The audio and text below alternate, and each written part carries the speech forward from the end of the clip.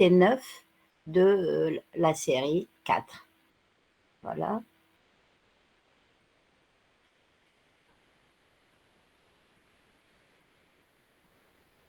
Donc, qu'on commence par l'exercice 9, mais bon, ça fait rien.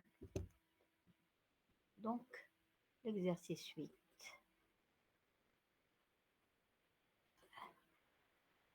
Voilà. Donc, soit le circuit de la figure ci-dessous, comportant 3 générateurs réversibles de résistance interne petit r. On a E1, E2 et E3 qui sont des générateurs réversibles classiques.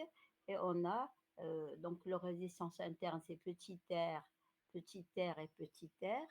Et on a dans le circuit 2 résistances grand R ici et un condensateur de capacité C.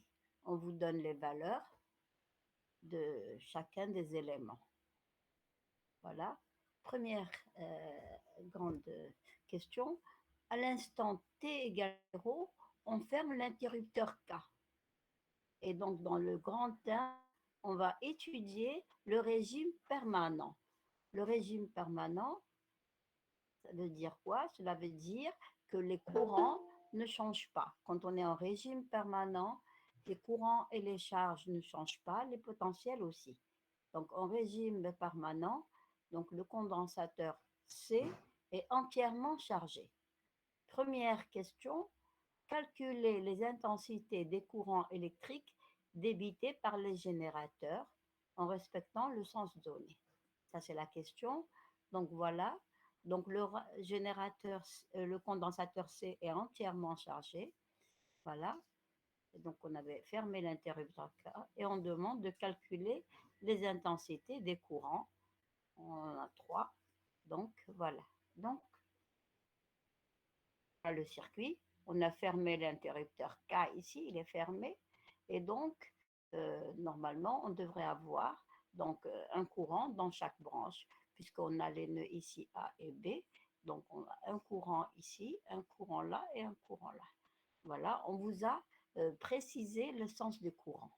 Hein, donc, on a des flèches ici, on précise les sens de courant. Donc, on nous dit le condensateur étant entièrement chargé. Alors, le condensateur étant entièrement chargé, cela veut dire que sa charge ne varie pas, elle est constante. Elle est au maximum si vous voulez.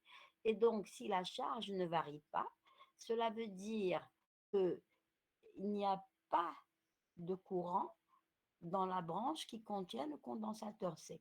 La branche qui contient le condensateur C, elle va de là jusque là. Bien, cette branche-là, puisqu'il n'y a pas de charge qui arrive ou que parte du condensateur, cela veut dire qu'il n'y a pas de courant, il n'y a pas de circulation de charge dans la branche ici qui contient le condensateur C. Et donc si j'indique, excusez-moi, voilà, donc si j'indique ici, j'appelle les courants dans cette branche-là, on l'appelle I1, dans cette branche-là, on l'appelle I2, et dans cette branche-là, on l'appelle I3. On a 3 courants, puisqu'on a 3 branches dans ce circuit. Eh bien, on voit qu'il n'y a pas de courant dans la branche qui contient C. Cela veut dire que I1, la branche qui contient C, le courant c'est I1, et donc I1 égale 0. Est-ce que vous avez compris ça? Et ça, c'est toujours la même chose. Quand un condensateur a sa charge qui est constante, donc s'il est entièrement chargé, cela veut dire que sa charge est constante. Et donc, si sa charge est constante, il n'y a pas de circulation de charge dans la branche. Et donc, s'il n'y a pas de circulation de charge, ça veut dire que le courant qui circule dans la branche ici est nul. I1 égale 0. Madame, Voilà. Oui. Comment peut-on connaître la direction du courant de C? Parlez un peu plus fort, s'il vous plaît. Madame, est-ce qu'on peut savoir la direction du courant de C, du condensateur C? Alors, dans C, c'est un condensateur. Alors, un condensateur, ça veut dire que vous avez deux armatures ici où peuvent se placer les charges, et entre les armatures, il n'y a pas de circulation de courant. Il n'y a pas de circulation de charge ici entre les armatures.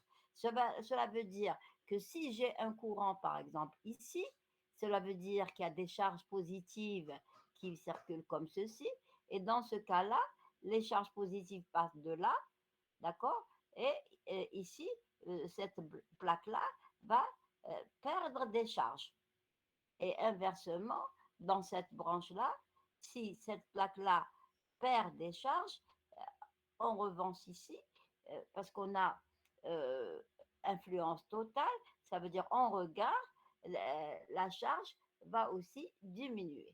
Et donc, le courant, si vous voulez, si au cours de la charge du condensateur, les charges positives, eh bien, elles vont venir par là, d'accord. Elles vont arriver là, elles vont s'arrêter. Et par influence totale, il y aura des charges négatives en regard ici, donc les charges positives vont dans ce sens-là. Alors, comment on trouve le sens du courant ici, I1? Eh bien, I1, on vous a donné l'essence ici. Hein.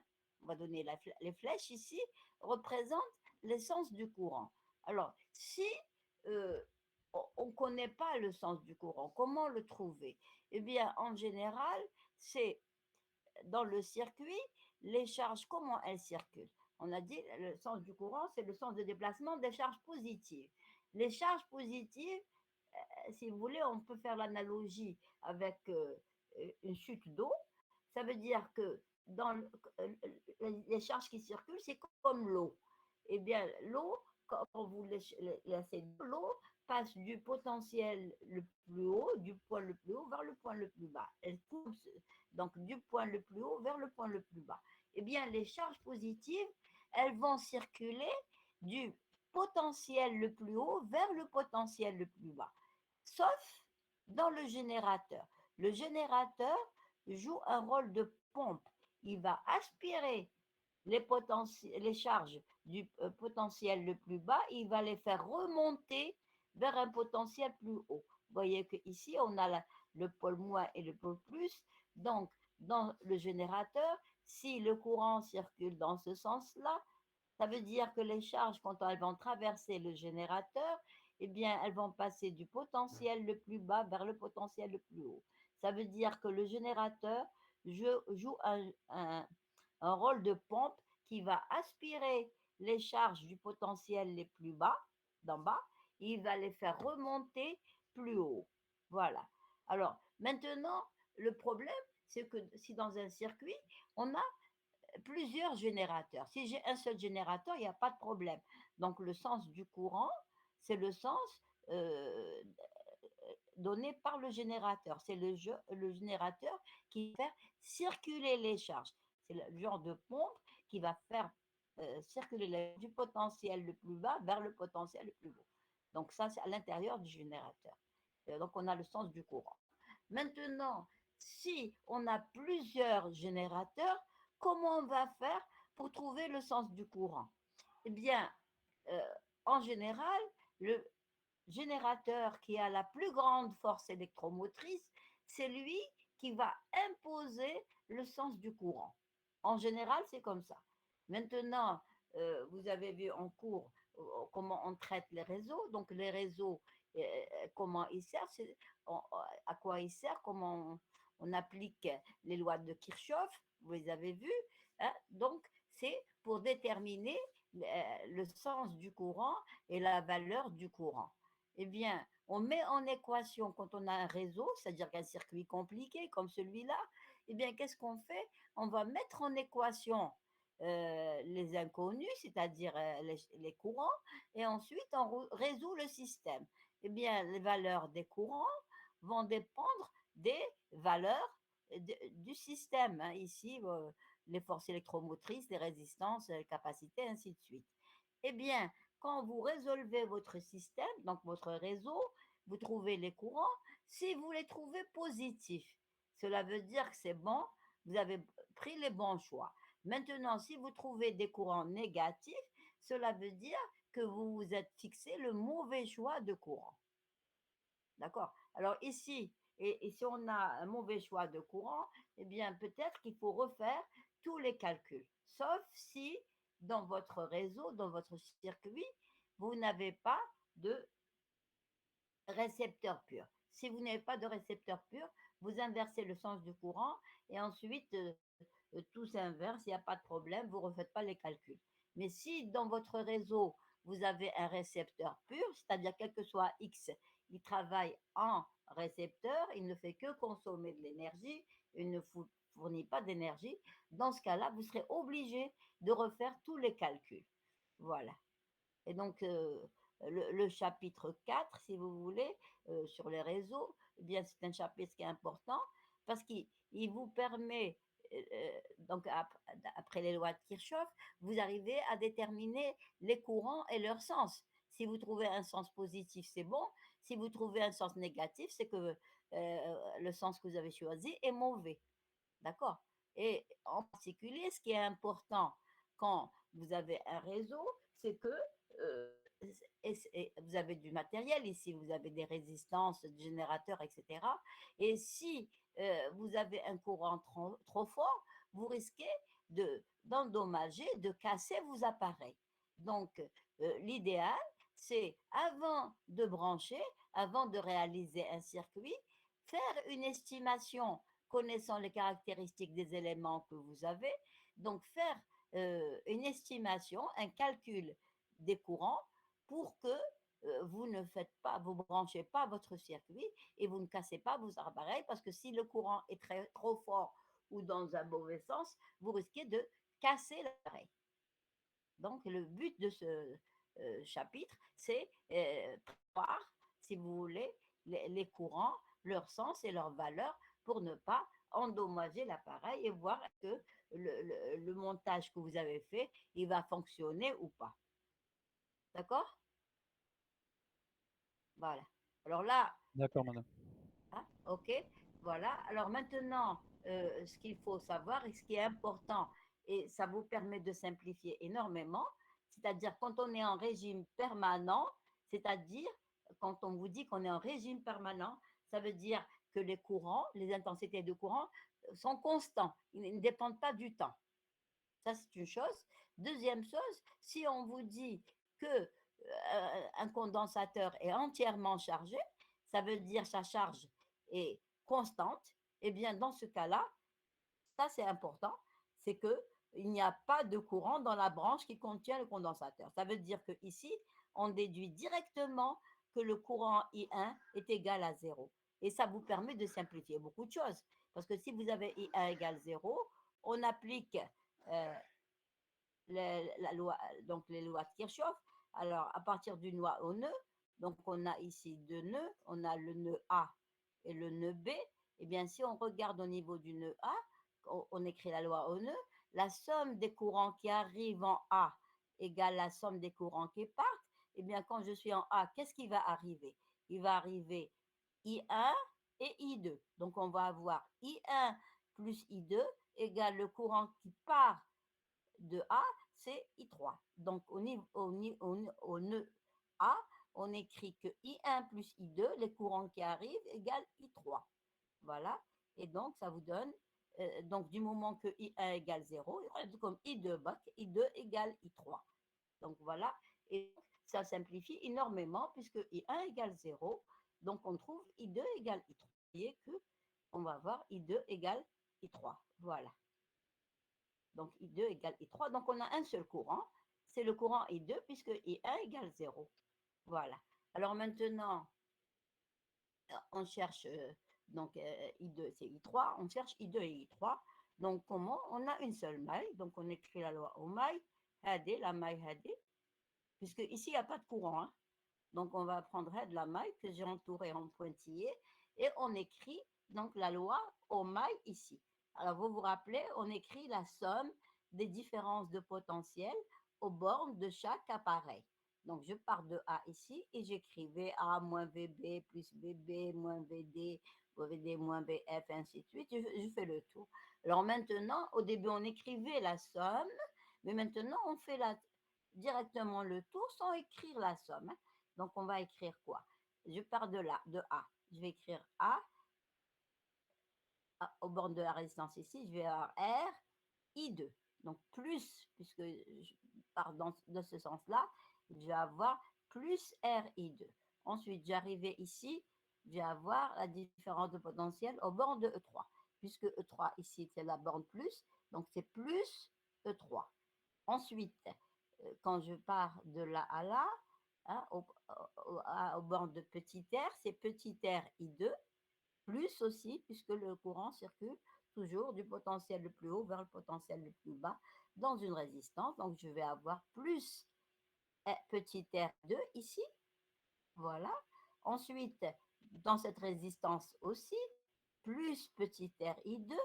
Ensuite, donc plus petit ri2. Ensuite, au bord du générateur E2, j'ai un moins ici, là, donc je vais avoir moins E2. Et ensuite, plus RI2 égale 0. Il faut vous entraîner à écrire la somme des différences de potentiel quand vous faites le tour dans une maille. Hein. Là, j'ai fait exprès, la dernière fois, on avait écrit VA moins VB, etc., la différence de potentiel au bord de chaque appareil. Maintenant, vous pouvez le faire directement. Hein, vous avez un esprit, si vous voulez, des neurones jeunes, donc qui peuvent écrire directement sans écrire VA moins VB plus VB moins VD, et ainsi de suite, comme on avait fait dans les exercices précédents. Donc voilà, la loi Ohm, vous avez une seule maille, voilà. Hein? Donc vous entraînez, c'est pas le jour de l'examen que vous allez écrire directement ça, et pour éviter de vous tromper, il faut vous entraîner. Parce que ce qui se passe, c'est que si vous vous trompez de signe ici, eh bien ensuite tout sera faux. Hein? D'accord. Il ne faut pas se tromper de signe. Voilà. Alors maintenant, ici, ben, je peux tirer I2. Les autres euh, éléments, je les connais, j'ai les valeurs ici. Donc, je tire I2 de là. Donc, je vais avoir I2. Je mets I dans le facteur et je tire I2. Et comme I2 égale I3, je vais avoir I2 égale I3. Je trouve E2 moins E3 sur 2 fois petit, grand R plus petit r. Quand je fais l'application numérique en tenant compte des valeurs ici, eh bien, on trouve que I2 égale I3 égale 0,05 ampères. Et bien sûr, on m'avait demandé tous les courants et j'avais trouvé que I1 égale 0. Voilà, I1 égale 0. Vous voyez que c'est assez simple finalement. Vous avez des courants uniquement ici. Et dans la branche qui contient le condensateur, ici, eh bien, le charge ne circule pas puisque le condensateur est entièrement chargé. Voilà. Alors ici, je vais enlever ça parce que il est en train de gêner. Voilà. Très bien. On revient. Voilà. Ça, c'est bon. On continue. Voilà. Maintenant, on a toujours le même circuit ici, I1, I2. Hein. Qu'est-ce qu'on me demande? On me demande quelle est la charge Q0 du condensateur. Et on demande de déduire la différence de potentiel au bord du condensateur. Ah, où le condensateur ici, il est entièrement chargé. Donc, pour connaître la charge du condensateur, je sais que j'ai la capacité, c'est le rapport Q sur V. V, la différence de potentiel au bord du condensateur. Cela veut dire que si je connais euh, la différence de potentiel, je peux en déduire la charge. Donc, je vais chercher la différence de potentiel au bord du condensateur. La différence de potentiel au bord du condensateur, si ce point-là, je l'appelle B, ce point-là ici, commun entre C et E1, je l'appelle D, eh bien, la différence de potentiel, ce sera VB moins VD. Donc, hein, voilà. Ah, on avait trouvé ici ça, les courants, bien sûr. Voilà, ça, c'est les valeurs que j'avais trouvées. Et donc, on va avoir Q0, la charge Q0, c'est C, la capacité, fois VC. VC, c'est la différence de potentiel au bord du condensateur. Et VC, c'est quoi? Eh bien, VC, eh bien, je vais appliquer la loi aux mailles pour cette maille-là que j'ai ici entourée en bleu et je vais écrire, donc je vais faire le tour ici de la maille et je vais écrire la somme des différences de potentiel en faisant le tour ici. Eh bien, qu'est-ce qu'on va avoir? Eh bien, quand je fais le tour, je pars du point A et je fais le tour ici en écrivant la somme des différences de potentiel. Alors, je pars ici. Vous voyez que le courant est comme ça. Cela veut dire qu'au bande de R ici, je vais avoir ce potentiel qui est plus bas que celui-là. Donc, je vais avoir moins R I2. Ensuite, ici, quand je pars de là à là, je vais avoir plus E2. Ensuite, pour, même chose pour petit r, ce potentiel est plus bas que celui-là parce que I2 circule comme ça. Donc, je vais avoir moins petit r I2 ici. Ensuite, je vais avoir VB moins VC, moins VD, pardon, VB ici moins VD, c'est la différence de potentiel aux bornes du condensateur. Ensuite, je vais avoir ici moins E1 parce que j'ai la borne moins ici. Ensuite, ici, il n'y a pas de courant, donc c'est R fois 0. Et ici, c'est R fois 0 égale, je suis arrivé au point A égale 0. Donc voilà, quand je fais le tour de la maille que j'ai entourée en bleu, voilà la somme des différences de potentiel. Et donc, moi, qu'est-ce que je cherche? Je cherche la différence de potentiel VC. La différence de potentiel VC, c'est VB moins VD. Donc, je vais tirer VB moins VD de là. Donc, je vais avoir VB moins VD. Je le tire de là. Hein, donc, je vais avoir grand R I2 moins E2 plus R I2 plus E1. Voilà. Et donc, je calcule. J'ai les différentes valeurs. J'ai calculé I2, donc 0,05 ampères, et je calcule VB moins VD. Ça me donne 7 volts. Donc, la différence de potentiel VC au bord du condensateur, c'est 7 volts. Et comment je vais trouver Q0? La charge du condensateur, c'est C VC. Donc, VC, c'est 7 volts. Et donc, Q0, c'est CVC. C, c'est 10 puissance 10 microfarads.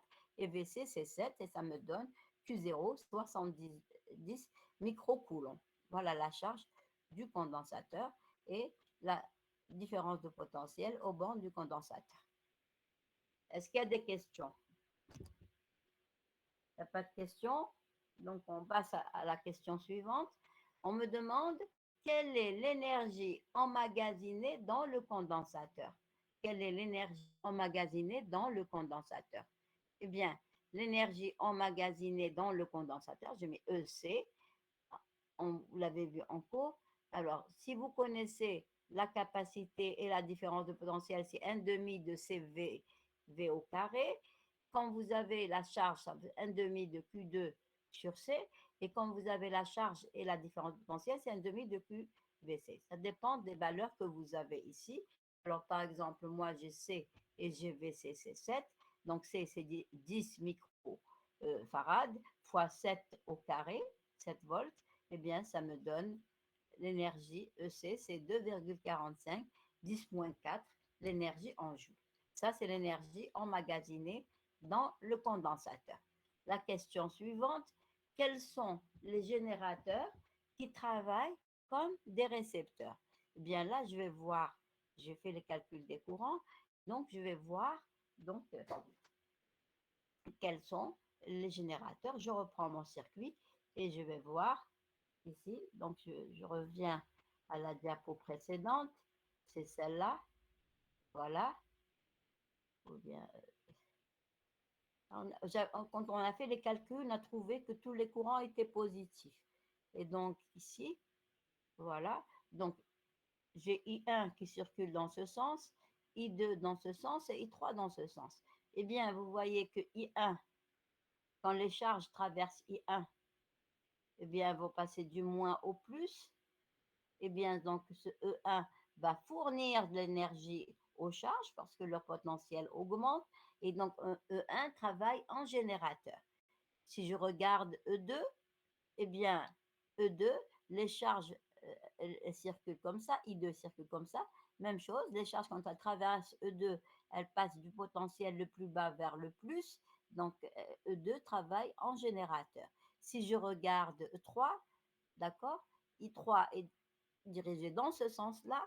Et bien, donc, vous voyez, quand I3 traverse E3, les charges passent du plus au moins. Cela veut dire que les charges, quand elles vont traverser E3, eh bien, vont avoir leur potentiel qui diminue.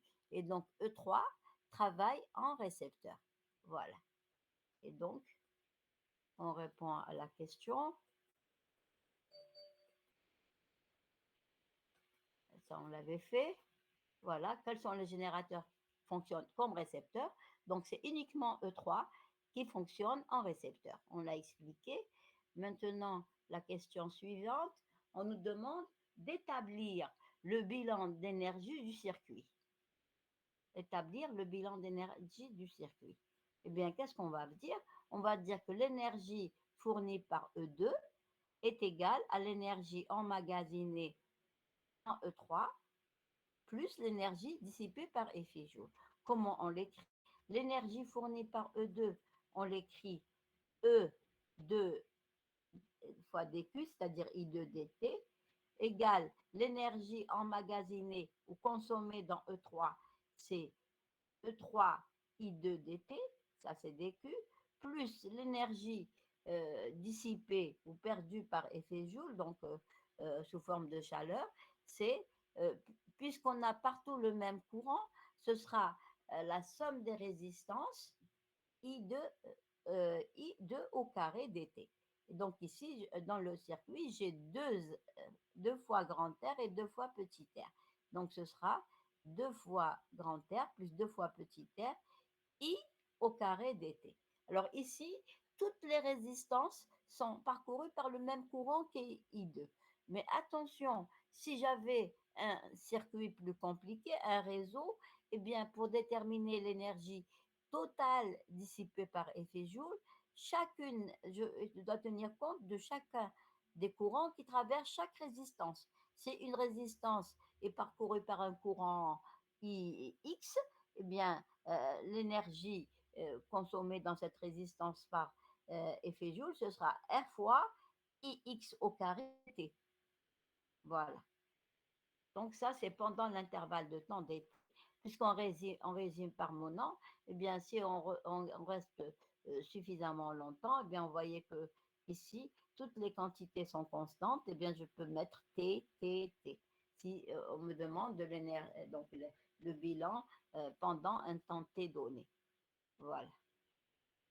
Donc, vous voyez qu'en régime permanent, quand les courants sont constants, il n'y a pas de problème, c'est simple. Voilà. Maintenant, on va essayer de voir. Donc, ici, vous voyez qu'on peut simplifier par I2 dt et on trouve E2 égale E3, facteur de 2 grand R plus 2 petit r I2. Hein? On va retrouver la valeur de I2 qu'on avait déjà calculée. Voilà. Alors maintenant, on va passer au régime transitoire. Alors, le régime transitoire, cela veut dire que maintenant, eh bien, les courants, ils ne sont plus constants, mais ils sont variables. Excusez-moi.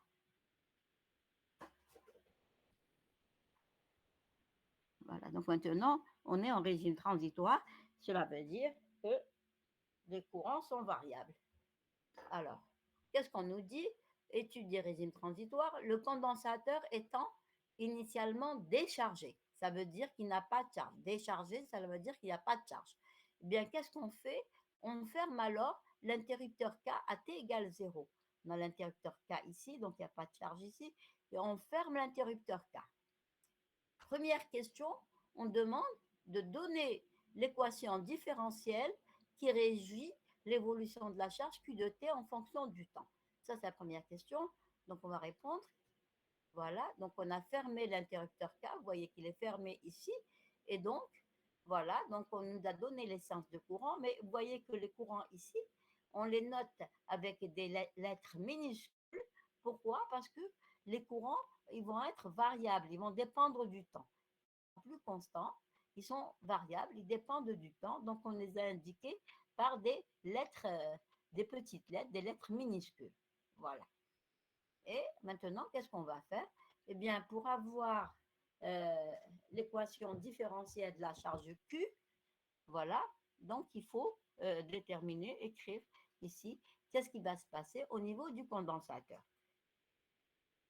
Alors, j'ai les courants ici. Voilà. Alors, la variation de la charge Q de C est due à la circulation des charges dans la branche qui contient C. On a vu que maintenant, le condensateur, qu'est-ce qu'il a fait puisqu'il y a des charges ici? Donc, le condensateur va se charger et la variation de la charge Q, eh bien, du condensateur est due à la circulation des charges dans la branche qui contient C. C'est-à-dire, elle est due à I1. À chaque fois qu'il y aura un courant I1 qui va circuler ici, les charges positives vont arriver au niveau de cette armature-là, elles vont s'arrêter ici, et donc le condensateur va avoir sa charge qui va varier. Donc, on écrit ça de manière mathématique. La variation de Q, c'est-à-dire delta Q ou dQ, eh bien, il est dû à la circulation des charges qui contient C, c'est-à-dire elle est due à I1. Donc, dQ, elle est due à I1. Donc, on va écrire que dQ égale I1 dt. Je l'écris, c'est-à-dire du courant I1. Voilà. Eh bien, je mets la valeur absolue parce que je ne sais pas comment va varier la charge Q. Donc, je vais écrire que dQ, c'est I1 dt. I1, c'est le courant qui contient, qui est dans la branche qui contient C. Voilà. Donc, la valeur absolue de dQ, c'est I1 dt. I1 étant positif, dQ étant positif. Alors maintenant, qu'est-ce que je sais? Initialement, le condensateur était entièrement déchargé, c'est-à-dire qu'au départ, Q égale 0. Bien sûr, au départ, Q égale 0, eh bien, quand I1 va circuler, le condensateur, il va se charger, puisqu'il ne peut pas se décharger, il était déjà déchargé. Donc, on va écrire que C va se charger. Et C va se charger, ça veut dire que sa charge va augmenter. Et si sa charge va augmenter, cela veut dire que le dQ, il va être positif, puisque la charge augmente. Donc, dQ est positif. Et donc, cette relation-là que j'ai écrite en valeur absolue, eh bien, je peux l'écrire directement que dQ, puisque c'est positif, égale I1 dt. Voilà, 1 dt. Voilà, donc dQ égale I1 dt. Donc, pour avoir Q et la variation de Q, l'équation différentielle, donc il faut avoir la variation dQ, eh bien, il faut connaître I1, puisque dQ égale I1 dt. Donc, il faut déterminer I1. Alors, comment on va faire pour déterminer I1? Eh bien, qu'est-ce qu'on va faire? Les lois au nœud et les lois au maille. Donc, voilà. Donc, il faut déterminer I1. Alors, comment on va déterminer I1? On a trois courants ici. On a I1, I2, I3 qui sont inconnus. Donc, qu'est-ce qu'il me faut? Puisque j'ai I1, I2, I3 qui sont inconnus, donc il me faudra trois équations indépendantes. Comment je vais faire pour avoir les équations indépendantes? Eh bien, les lois de Kirchhoff, c'est-à-dire loi au nœud et loi au maille. Alors, je repère les nœuds. Un des le nœud A qui est ici, le B qui est là. Ailleurs, il n'y a pas de nœud. Hein. Le nœud, c'est, vous voulez, c'est les croisements ici. Hein. C'est les carrefours. Donc ici, il y a un croisement et là, il y a un croisement. A et B sont des nœuds. Ailleurs, il n'y a pas de nœud. Hein. D'accord? J'écris la loi au nœud. Et donc, la loi au nœud, qu'est-ce qu'elle écrit ici? Eh bien, on a, par exemple, quels sont les courants qui arrivent, quels sont les courants qui partent. Donc, je vais avoir I1 et I2 qui arrive, donc I1 plus I2 égale le courant qui passe, c'est I3. Donc la loi au nœud, c'est I1 plus I2 égale I3. Voilà, maintenant, il me faut donc trois équations, donc j'ai une équation ici, il m'en faut deux autres, donc on va écrire deux équations au mailles. Bon, je vais prendre les mailles les plus simples. Alors la première maille, je l'ai entourée ici en bleu, la voilà, donc je vais faire ici la loi, la maille 1, je vais l'appeler la maille 1. Alors la maille 1, je vais faire le tour ici et je vais écrire donc la somme des différences de potentiel en faisant le tour complet de la maille. Alors je pars du point A et je fais le tour complet donc je vais avoir ici aux bornes ici de la résistance grand R, puisque le courant est comme ceci, je vais avoir moins R I2, ensuite plus E2, ensuite ici moins petit r I2, aux bornes du condensateur, puisque le courant circule comme ça, donc les charges plus vont se trouver là, donc ça va faire plus la différence de potentiel aux bornes du condensateur, c'est plus Q sur C. Je sais que la différence potentielle au bornes de condensateur, c'est Q sur C. Et le potentiel le plus haut, c'est là où arrivent les charges positives. Les charges positives, puisque le courant circule comme ça, elles vont arriver en armature D et sortir par cette armature-là. Donc plus Q sur C. Ensuite, moins E1. Ensuite, plus RI1 plus grand RI1 égale 0. Je la remontre ici, voilà. Donc, je reprends et je refais le tour de la maille pour vérifier que je ne me suis pas trompée. Donc, je reviens ici. Je vais avoir moins grand RI2. Voilà. Ensuite, le deuxième terme, ce sera plus E2. Ensuite, au bord de petit r, je vais avoir moins petit r I2. Ensuite, en borne du condensateur, je vais avoir plus Q sur C. Q, c'est la charge du condensateur, qui est une variable ici. Ensuite, moins E1. Ensuite, plus petit r I1 plus grand R I1 égale 0. Voilà, je fais tout le tour de maille. Et voilà la loi à maille 1. Donc, j'insiste encore au cours. Faites attention aux signes, allez doucement et entraînez-vous à écrire, à faire le tour de la maille sans vous tromper de signe. Maintenant, ça c'est la première équation. Je vais avoir besoin d'une autre équation, donc je vais prendre une deuxième maille. La deuxième maille, ça va être celle-là. Voilà, j'ai entouré en vert. Je vais l'appeler la maille 2 et je vais faire le tour ici de la maille 2. Donc, je pars du point A. Je peux partir de n'importe quel point et faire le tour dans n'importe quel sens. Donc, ici, si je pars de point A, je vais avoir grand R I3 plus grand R I3, ensuite plus E3, ensuite plus petit r I3. Ensuite, attention ici, dans cette résistance-là, ce n'est pas I3 qui circule parce que là, j'ai une bifurcation, j'ai un nœud. Et donc là, cette résistance petit r, elle est parcourue par le courant I2. Donc petit r I2 moins E2 plus grand R I2 égale 0. Je montre l'équation, je reprends. Donc on va partir ici, grand R est parcouru par I3, donc je vais avoir grand R I3, ensuite plus E3, plus E3, ensuite petit r RDA, elle est parcourue par le courant I3, donc plus petit r I3, ensuite je suis là, je suis arrivé au point B, attention, à partir du point B ici, le courant ce n'est plus I3 mais c'est I2, donc plus petit r I2 ici, plus petit r I2 aux bornes de cette résistance petit r, voilà, ensuite ici moins E2, ensuite plus grand R I2, eh bien égale 0. Voilà l'équation en maille. Donc si vous écrivez correctement vos équations en maille, eh bien le plus gros travail est fait. Il ne faut pas se tromper de signe. Voilà, donc j'ai mes trois équations à trois inconnus à résoudre. Voilà, et donc on va résoudre.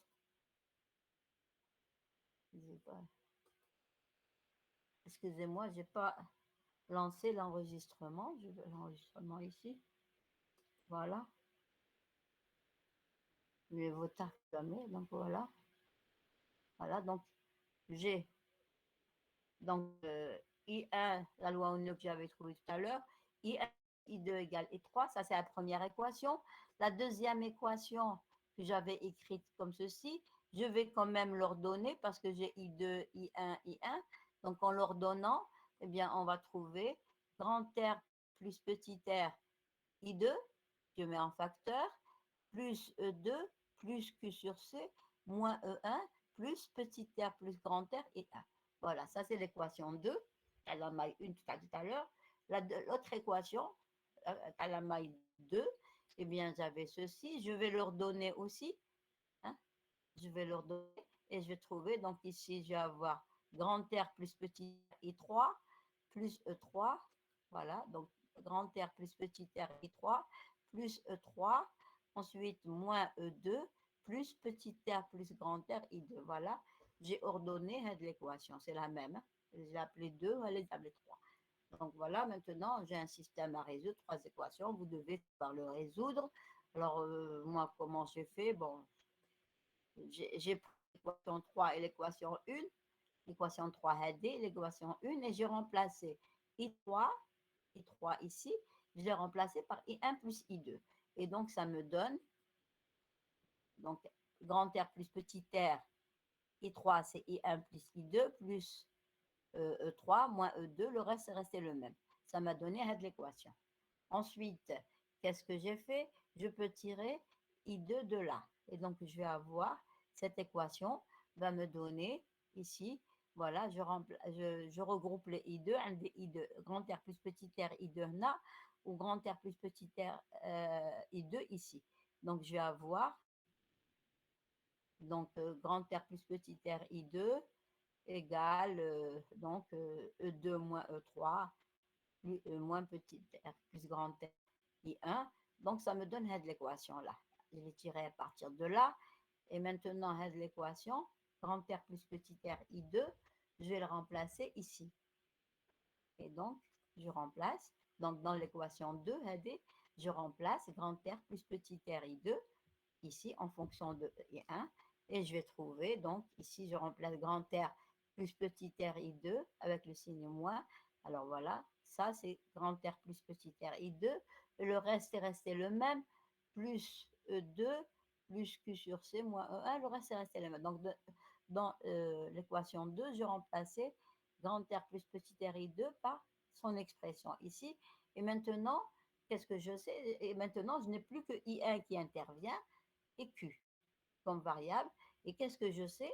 Puisque j'ai écrit que dq c'est I1 dt, ça veut dire I1 égale dq sur dt. Et donc, en écrivant que I1 c'est dq sur dt, vous voyez, attention, faites attention, c'est I1 qui est égal à dq sur dt, puisque la charge Q dépend du courant qui circule dans la branche qui contient le condensateur. Et c'est I1.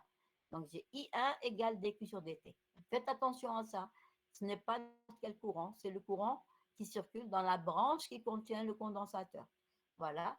Alors, je remplace ici I1 par dq sur dt et je vais avoir, en remplaçant I1 par dq sur dt, eh bien, en ordonnant, eh bien, on trouve que voilà l'équation différentielle dq sur dt, voilà cette équation-là, on la tire de là en remplaçant I1 par dq sur dt. Alors, vous voyez que cette équation-là, qu'est-ce qu'elle contient? Elle contient les composantes du circuit et elle contient la charge Q et sa dérivée. Donc, ceci, c'est une équation en Q et sa dérivée. On dit que c'est une équation différentielle puisque c'est la dérivée première de Q qui intervient. C'est une équation différentielle du premier ordre. Voilà. Alors, moi, j'ai écrit tout ça, j'ai mis ici, mais vous pouvez, en travaillant, pour simplifier, hein, parce que les équations sont un peu grandes, vous pouvez remplacer E1, E2, E3, petit r et grand R et C par leur valeur. Et si on remplace ici toutes les composants du circuit par leur valeur, eh bien l'équation se simplifie. Elle devient Q sur 3 10 puissance moins 4 moins 7 sur 30 égale 0. Donc cette équation-là, elle est beaucoup plus simple que celle. Donc vous pouvez, hein, l'idéal c'est avoir les expressions ici en fonction des composantes. On va vous remplacer. Mais si vous trouvez que l'équation est trop grande, etc., vous pouvez simplifier, remplacer les valeurs par euh, les composantes par leurs valeurs. Voilà. Ça me donne l'équation différentielle. C'est la question qu'on nous a posée. Voilà. Donc, il y a Q et il y a le dq sur dt qui intervient. Vous voyez que dans cette équation, il n'y a pas de variable à part Q et sa dérivée. Il n'y a pas de courant ici. Quand on vous demande de donner l'équation différentielle, hein, il faut éliminer tous les courants, hein, parce que les courants sont des variables. Hein. Ici, vous n'avez que Q et sa dérivée qui intervient.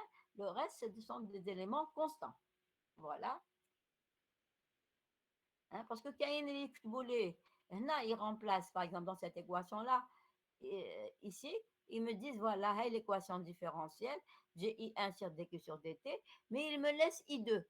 Non, I2, c'est une variable, donc ça, c'est pas la bonne équation. La bonne équation, c'est que, ici, vous voyez, je n'ai aucun courant qui intervient dans l'équation différentielle. Intérieur, Q et sa dérivée. Je n'ai plus d'autres variables. Je n'ai ni I1, ni I2, ni I3.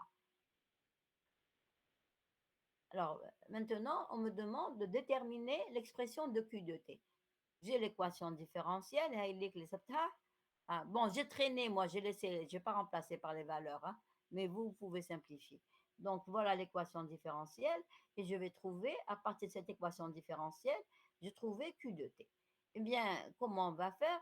Eh bien, c'est la résolution, donc c'est résoudre une équation différentielle avec second membre du premier ordre. Alors, vous avez vu en cours la résolution, comment on va faire?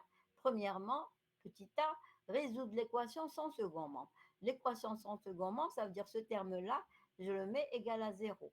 Eh bien, c'est l'équation dq sur dt plus 2q sur 3 grand R plus petit rc égale 0. C'est le second membre.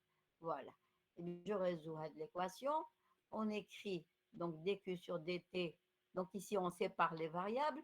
J'écris dq sur dt égale moins 2q sur 3 grand R plus petit rc. J'ai fait passer ce terme-là de ce côté. Voilà. Ensuite, je vais doucement, j'ai tout tapé, hein, et j'ai encadré pour que vous puissiez suivre. Hein. Mais sinon, vous le faites tout seul quand même. Hein. D'accord? Voilà. Ensuite, donc ici, je sépare les variables. J'ai Q comme variable et le temps. Donc, je vais avoir dQ sur Q égale, je fais passer donc Q ici et dt ici. Donc, il y aura dQ sur dt égale moins 2t sur 3 grand R plus petit rc. J'ai ça. Maintenant, je vais intégrer. Donc, l'intégrale de dq sur t sur q égale l'intégrale de ceci, moins 2 dt sur 3 grand R plus petit rc. Donc, je vais intégrer. L'intégrale de dq sur q, eh bien, ça va me donner, c'est un log népérien.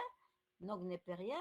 L'intégrale de ceci, c'est moins 2t sur 3 grand R plus petit r t plus une constante. N'oubliez pas, ici, je n'ai pas mis les bornes.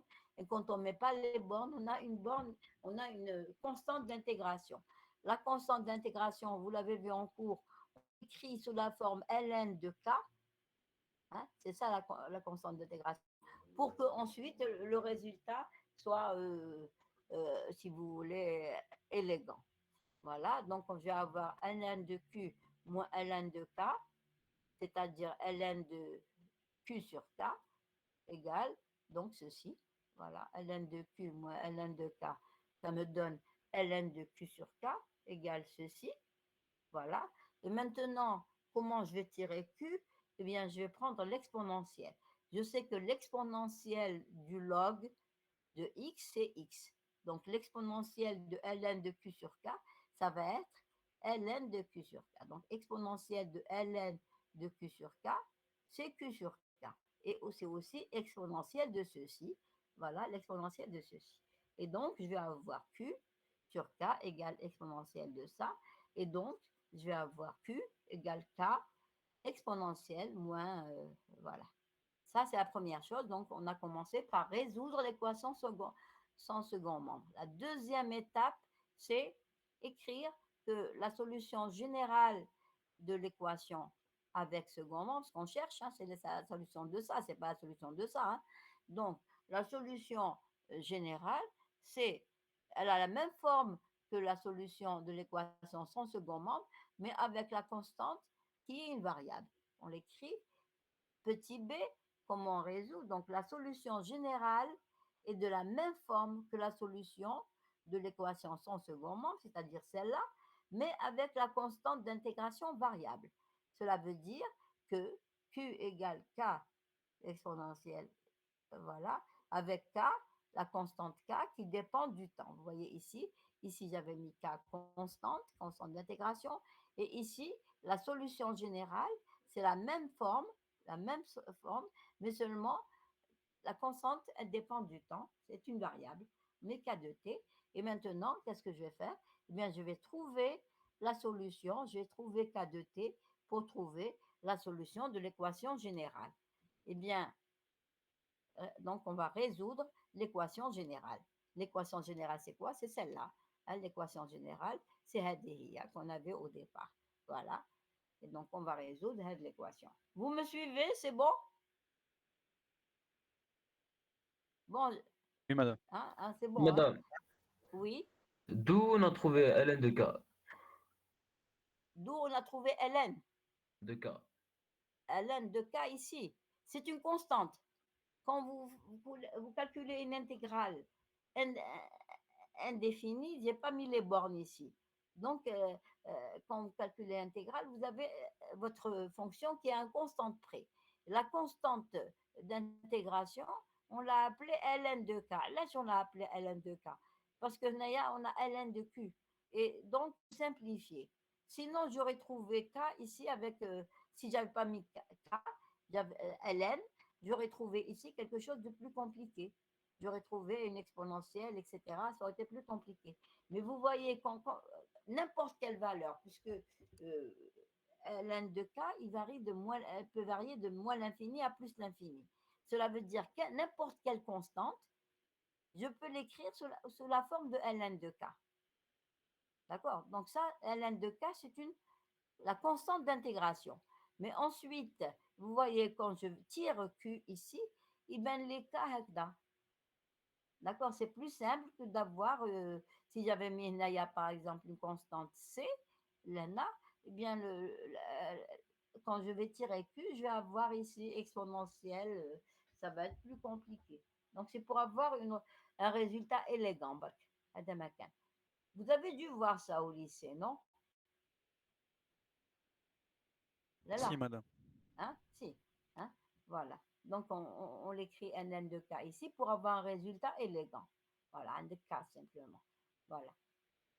Alors maintenant, on a la solution générale est de la même forme que cette solution, mais à condition que la constante ici soit une variable. C'est-à-dire qu'on va l'écrire sur la forme K de T. Et K de T, c'est une variable, c'est une fonction du temps. Voilà. Donc maintenant, on va résoudre l'équation générale. L'équation générale, c'est celle-là. Eh bien, on va la résoudre, c'est-à-dire on va trouver la fonction Q dt qui satisfait à cette relation-là. Mais qu'est-ce qu'on sait? On sait que la solution eh bien, de cette équation différentielle générale, elle est de cette forme-là, avec K de t. C'est une fonction du temps à déterminer. D'accord? Vous me suivez? Bon? Oui, madame. J'ai entouré les équations ici pour qu'elles ne se mélangent pas. Hein. Donc, je les ai mis comme ça, elles interviennent dans l'ordre, mais je pense que quand je vous aurai le PowerPoint, pardon, le PDF, eh bien, vous allez aller d'un pas à l'autre, hein, comme ça, dans la suite. Et donc, normalement, c'est plus simple à comprendre.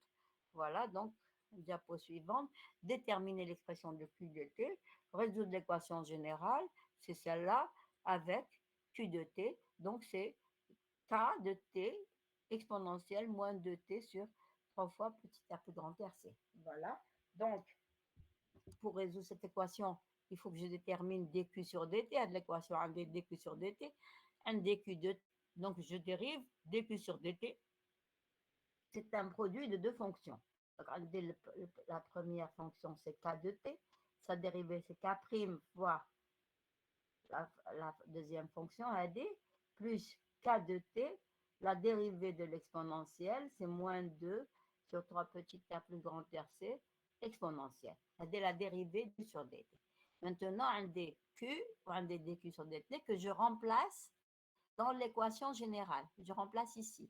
Donc, j'écris heilig, dq sur dt remplacé par tout ça. Ça, c'est tout ça dq sur dt. Heilig. Jusque-là, on va être plus 2 fois 3 grand R plus petit rc. Q, Q c'est quoi? C'est K de T exponentielle da égale 2 fois E1 moins E2 moins E3 sur 3 fois grand R plus petit r. Voilà. Je n'ai fait que remplacer Q et dQ sur dt par leur expression dans cette équation-là. On bad ici, eh bien, je m'aperçois d'une chose, je m'aperçois que ce terme-là, avec K de T, et ce terme-là, eh bien, euh, ils sont, ils sont les mêmes, à part qu'il y a un signe moins ici. Ça veut dire qu'ils vont simplifier. Cette équation-là se simplifie et on trouve K' exponentielle égale ce terme-là. Les deux termes, ils s'en vont. Voilà. Donc, voilà. Donc, K' exponentielle égale ceci. Donc, je vais tirer prime. Donc, K' égale, donc ce sera ça. Et je fais passer ce terme-là de l'autre côté. Et bien, en plus, on a des moins de t, on a des exponentielles plus de t. Voilà K'. Maintenant, j'ai K', la dérivée. Et bien, je vais intégrer K' pour avoir la fonction K de t. Ben, je dérive. Donc, je vais avoir K de t, j'intègre ça. Donc, ça, c'est une constante. Ensuite, ici, l'intégrale de l'exponentielle, ce sera l'exponentielle multipliée par l'inverse de ça, c'est-à-dire 3 grand R plus petit r, c'est sur 2. 3 grand R plus petit r se simplifier. Et on va laisser sur 2 exponentielle, c'est l'intégrale de K', plus une constante A. La constante d'intégration, même chose.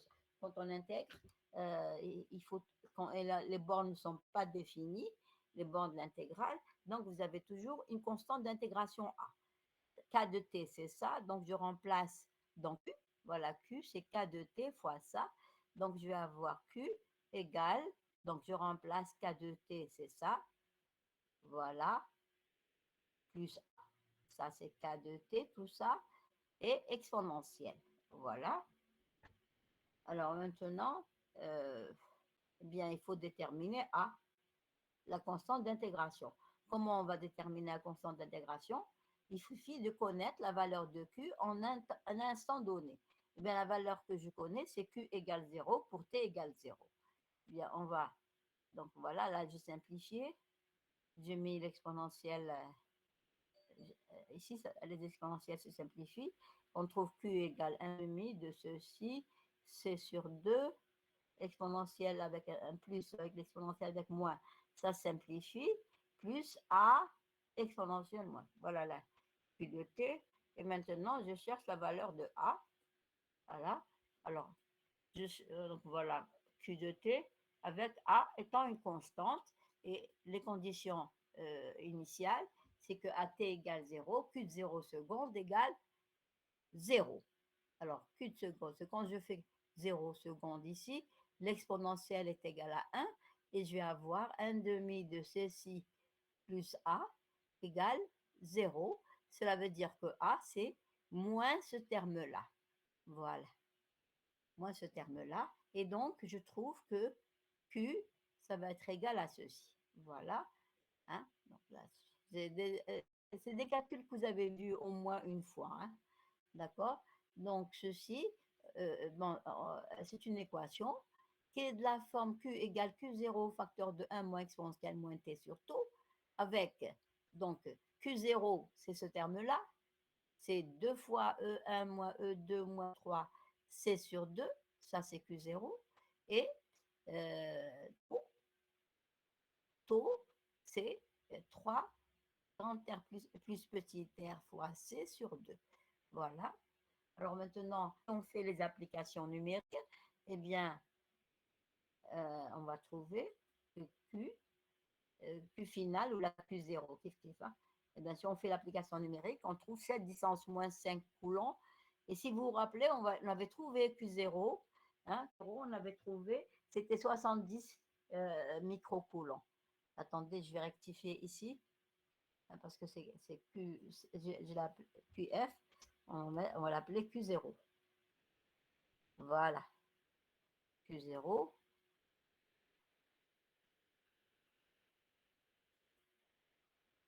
Voilà. Donc voilà, Q0, c'est 7 10 puissance moins 5 coulombs, c'est-à-dire 70 microcoulombs. Donc ça, on retrouve la valeur qu'on avait trouvée en régime permanent. Taux, quand on fait le calcul, on trouve 3 10 puissance moins 4 secondes, c'est-à-dire 0,3. millisecondes. Donc voilà. Alors, question suivante. Au bout de combien de temps le condensateur est-il chargé à 99,9%? C'est-à-dire que je vais avoir Q de T1 à l'instant T1, c'est Q0, facteur de 1 moins exponentielle moins T1 sur taux, et ceci doit être égal à 99,9 sur 100 de Q. Bien, vous voyez que Q, j'ai mis Q, c'est Q0, hein, normalement qu'il faut mettre 1, d'accord? Eh bien, je vais avoir 1 moins exponentielle moins T1 sur taux, c'est 99,9%. Donc ici, je vais mettre donc 1 moins 99,9 sur 100 égale exponentielle moins t sur taux. Et je trouve T1 ici, donc je prends le log et je tire T1. Vous savez tirer T1 de là, hein? D'accord? Il faut vous entraîner et vous trouvez T1 égale 2,07 millisecondes. Voilà. Ensuite, la question suivante, faire le bilan d'énergie du circuit. Alors, on va faire le bilan d'énergie du circuit. Alors, eh bien, quand on fait le bilan d'énergie, on va écrire que l'énergie fournie dans le circuit est égale à l'énergie consommée ou emmagasinée dans le récepteur, plus l'énergie consommée par effet Joule. Eh bien, quand on a vu le circuit, eh bien, on sait que E1 et E2 travaillent en générateur. E1 est parcouru par le courant I1 et E2 est parcouru par le courant I2. Donc, intégrale, la somme des énergies, l'énergie fournie par E1, c'est E1 I1 dt, intégrale de 0 à t, plus l'énergie fournie par E2, on a vu que E2 travaille en générateur, c'est intégrale de 0,2 E2 et le générateur E2 est parcouru par le courant I2. Donc E2 dt, ça c'est l'énergie fournie par le générateur, égale l'énergie consommée par le récepteur. Le récepteur c'est E3, donc il est parcouru par le courant I3. Donc l'énergie consommée par transformée utile par le récepteur, ce sera intégrale de 0 à t de E3 I3 dt. Ensuite, il va y avoir la somme des énergies consommées par effet Joule. Alors, dans la branche qui contient I1 des grand R et petit r, I1 dt, dans la branche qui contient I2, il va y avoir grand R plus petit r, I2 t, et dans la branche qui contient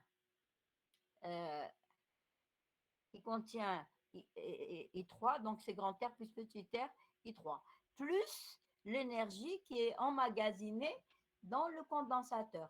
Et l'énergie emmagasinée par le condensateur, à un instant T, la charge c'est Q, et donc l'énergie emmagasinée, c'est Q au carré sur Q2 sur C. Attendez, oui, un demi de Q2 sur C, voilà. Donc, un demi de Q2 sur C. Donc voilà le bilan énergétique donc, pour le circuit à l'instant T. Voilà. Est-ce qu'il y a des problèmes? Est-ce que vous avez suivi? Hein? Donc il faut reprendre à tête reposée les questions une par une et voir et répondre de vous-même et retrouver les résultats qu'on a ici. Voilà. Donc ça c'est fini donc pour l'exercice donc pour l'exercice 8, on va passer à l'exercice 9. Voilà. Alors l'exercice 9.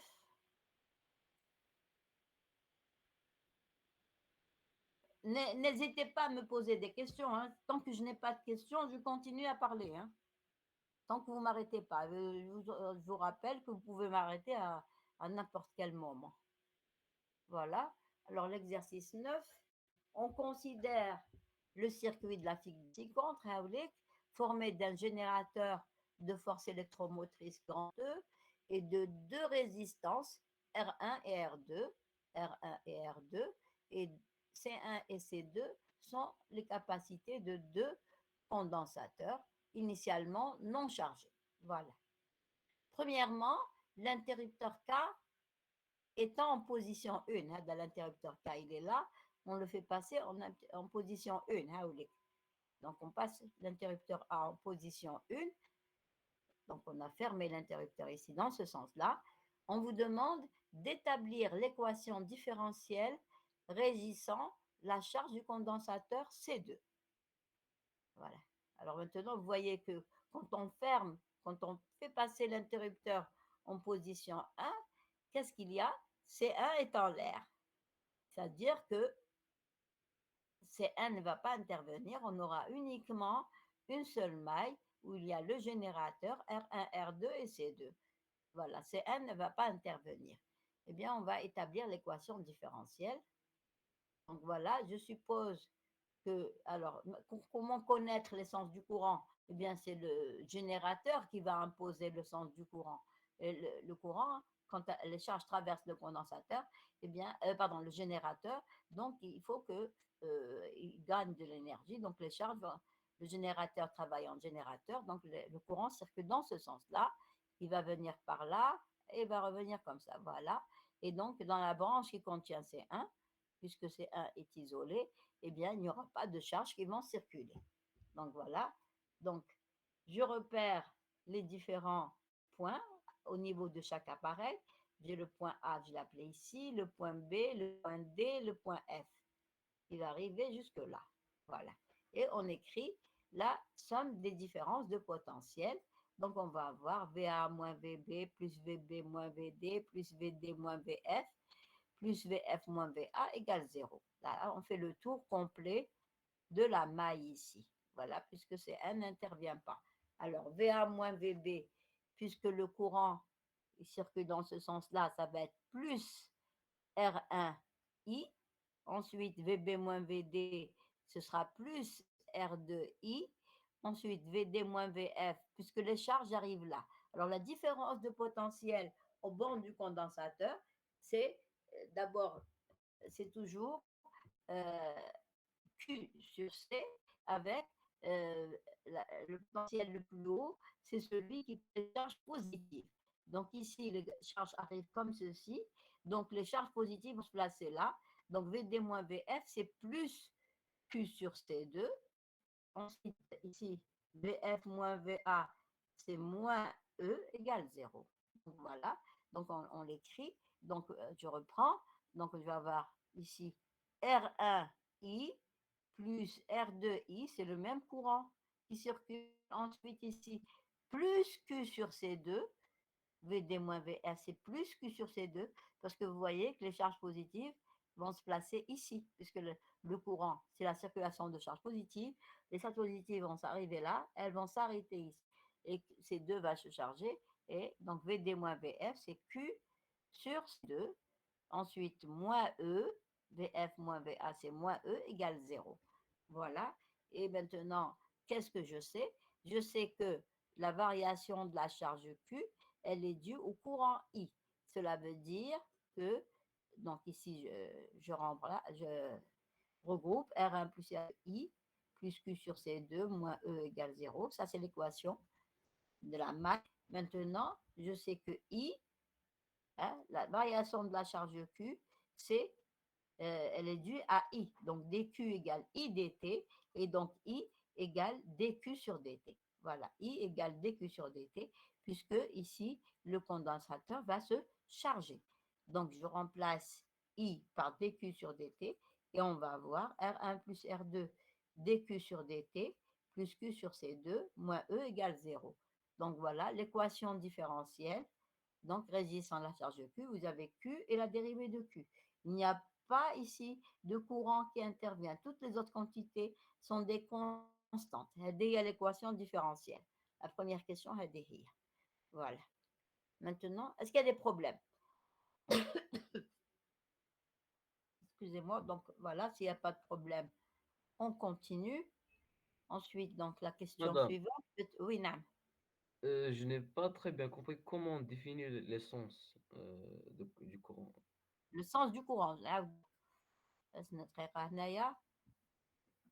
vous avez ici. C'est ça, donc.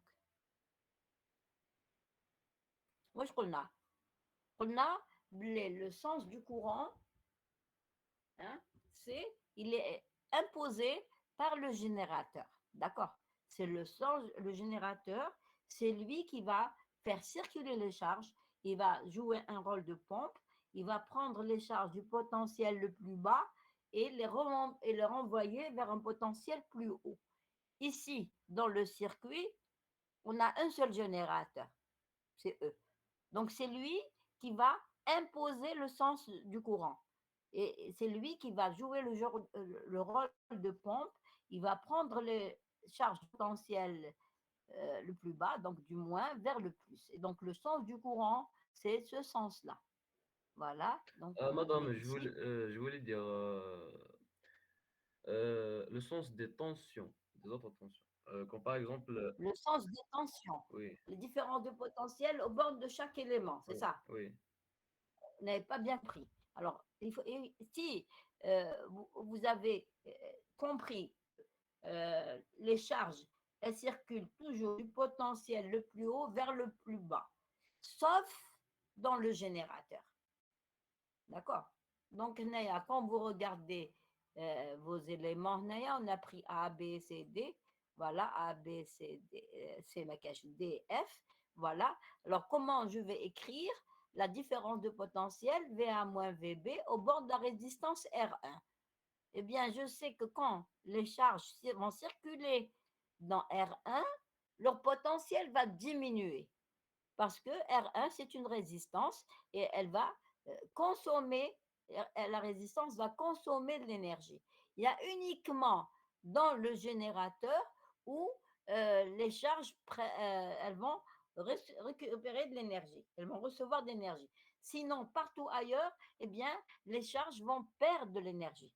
D'accord? Dans une résistance, les charges perdent de l'énergie. Donc, VA moins VB, puisque les charges, on a vu la circulation de charges, c'est comme ça, vous avez compris la circulation des charges.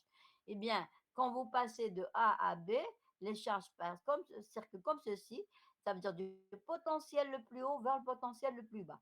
Ça veut dire VA moins VB, VA est plus grand que VB. Donc j'écris VA moins VB, c'est plus R1I. On va R2 هنايا VB moins VD, hein, eh bien, kiff, les charges, quand elles traversent R2, leur potentiel diminue. Cela veut dire que VB est plus grand que VD. Donc VB moins VD, c'est plus R2I. D'accord? Ensuite, ici, les charges positives vont arriver ici, le condensateur va charger. Donc VD moins VF, c'est la différence de potentiel aux bornes du condensateur. Donc c'est Q sur C2, mais avec plus que sur C2, puisque VD moins VF, les charges arrivent là, les charges positives. Donc cette armature porte les charges positives et celle-là, les charges négatives.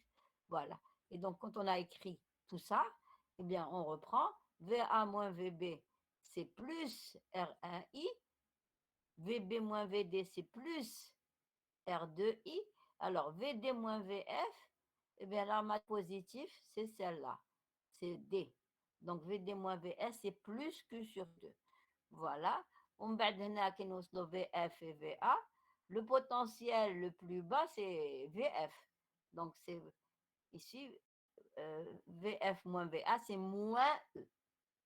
Est-ce que vous avez compris? oui, madame, merci. Hein? Oui, oui, Voilà. j'ai compris. Donc, il ne faut pas se tromper de signe.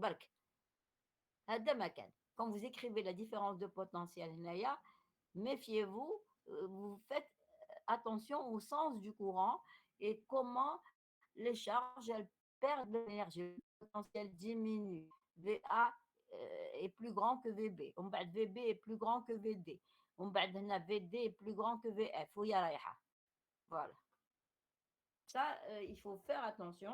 On l'avait déjà vu en cours, on a vu encore dans pas mal d'exercices, je ne me rappelle plus combien d'exercices, comment écrire la différence de potentiel aux bornes de résistance et comment écrire la différence de potentiel aux bornes d'un générateur réversible et comment écrire la différence de potentiel aux bornes d'un récepteur. Ça, c'est important. Voilà. OK? Hein. Donc, vous reprenez les D'accord, madame. exercices qu'on a vus Merci. et vous les reprenez à tête reposée et essayez d'écrire les équations sans regarder. Parce que quand vous regardez la solution, là, j'ai compris. Mais non, le signe est très important. Si vous vous trompez de signe, ensuite, ça va être faux, hein. Voilà. Donc, on continue. Donc, ici, écrit, comme on a un seul courant I, eh bien, la variation de la charge Q, elle est due au courant I. Et bon, on écrit que I, c'est dQ sur D. D'accord? Puisque ici, le condensateur se charge. On verra dans le prochain TD, eh bien, on verra que quand on a une décharge, eh bien, on ne va pas écrire I égale dQ sur dt, mais quand dQ est négatif, on va écrire I égale moins dQ sur dt. Voilà. Et donc, voilà l'équation différentielle. Et maintenant, on va essayer de la résoudre. On dérive l'expression de la charge Q2 et celle du courant I1 et I2. Excusez-moi, je reviens dans une minute. Je n'arrive plus à parler. Je reviens.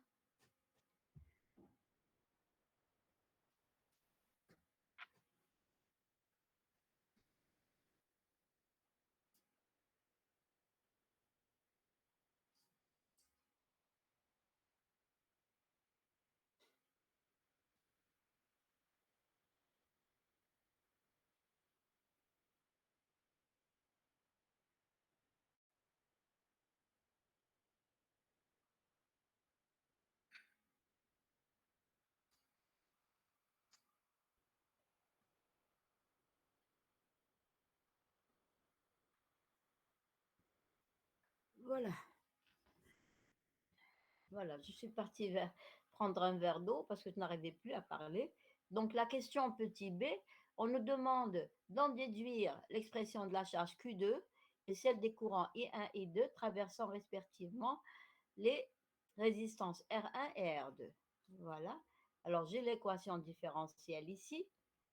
La voilà. Eh bien, elle s'écrit sous cette forme-là. Alors, ceci, vous voyez, vous avez Q qui intervient et sa dérivée dQ sur dt et le reste, c'est des constantes. Et donc, ceci, c'est une équation différentielle. Je n'ai pas mis le R ici. Je vais le mettre tout de suite parce que si je ne le corrige pas,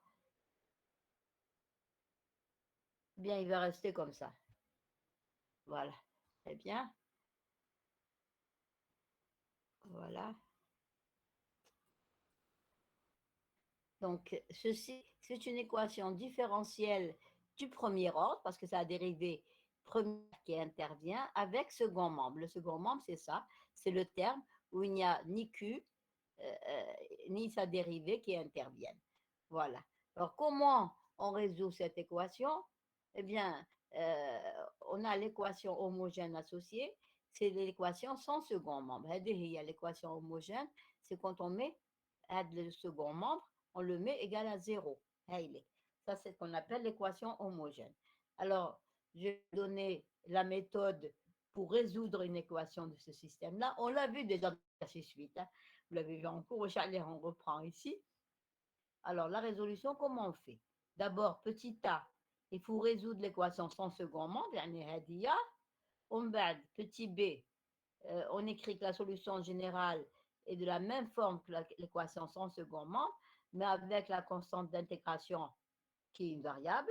Ensuite, petit c, on résout l'équation générale. Voilà. Mais on a déjà vu dans l'exercice 8. Hein. Là, bon, je détaille un peu plus, que je pensais traiter l'exercice 9 avant le 8, mais finalement, bon, peu importe. Voilà. Donc, ça, c'est la méthode de résolution d'équations différentielles. Donc, on va aller pas à pas. Donc, premièrement, résoudre l'équation sans second membre. Avec l'équation sans second membre, on la résout, on sépare les variables. Donc, on va avoir dQ sur dt égale moins Q sur R1 plus R2 C2. On va dt qu'on fait passer Q de ce côté-là. On va avoir dQ sur Q égale moins dt sur R1 plus R2 C2. On va intégrer. Donc, l'intégrale de dq sur q égale l'intégrale de ceci. L'intégrale de dq sur dq, on l'a vu tout à l'heure, c'est un log népérien, égale moins l'intégrale de ceci, c'est une constante fois t, plus une constante qu'on va appeler ln de k, comme tout à l'heure. Ensuite, Donc ici, on va avoir ln de Q moins ln de K, c'est ln de Q sur K égale moins ceci. Voilà. Et ensuite, donc on va avoir Q qui s'écrit, on prend l'exponentielle ici, exponentielle de log de x, c'est x, donc Q sur K égale exponentielle de ceci, et donc K égale, pardon, Q égale K exponentielle euh, ceci. Voilà. Alors ça, c'est la première étape, petit a, on a résolu la solution de l'équation sans second membre. On bat petit b, on écrit que la solution générale est de la même forme que la solution de l'équation sans second membre, mais avec la constante d'intégration variable. Ça veut dire qu'on va écrire Q égale K de t, K est une fonction du temps, ce n'est plus une constante, exponentielle, moins t sur R1 plus R2, c'est 2. Je vais descendre un petit peu. Voilà.